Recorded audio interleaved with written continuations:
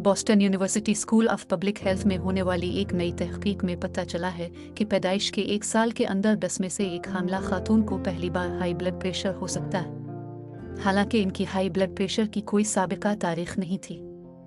सबसे ज्यादा खतरा 35 साल से ज्यादा उम्र के लोगों, मौजूदा और साबिका तंबाकू नोशी करने वाले और ऐसे लोगों के साथ था जिन्होंने सी सेक्शन के जरिए अपने बच्चों को जन्म दिया।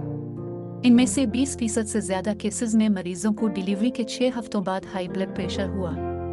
इस रिसर्च के नतीजे में पोस्टपार्टम केयर पर जोर दिया गया है, खास तौर पर ऐसे मरीजों में जिनकी हाई ब्लड प्रेशर की तारीख नहीं है। तमाम हामला अफराद, खास तौर पर 35 साल से ज्यादा उम्र के अफराद को अपने डॉक्टरों के साथ राब्ते में रहना चाहिए ताकि वो अपनी हमल के दौरान और बाद में अपने हाई ब्लड प्रेशर की सतह को मुनज़्ज़म कर सकें।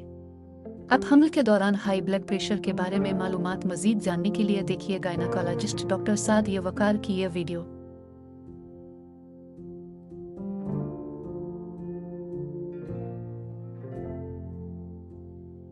अपने सवालात और ख्यालात का इजहार कमेंट सेक्शन में करें और मजीद मालूमात के लिए हमारे चैनल को सब्सक्राइब करें। तीमारदार, हमें है आपका ख्याल।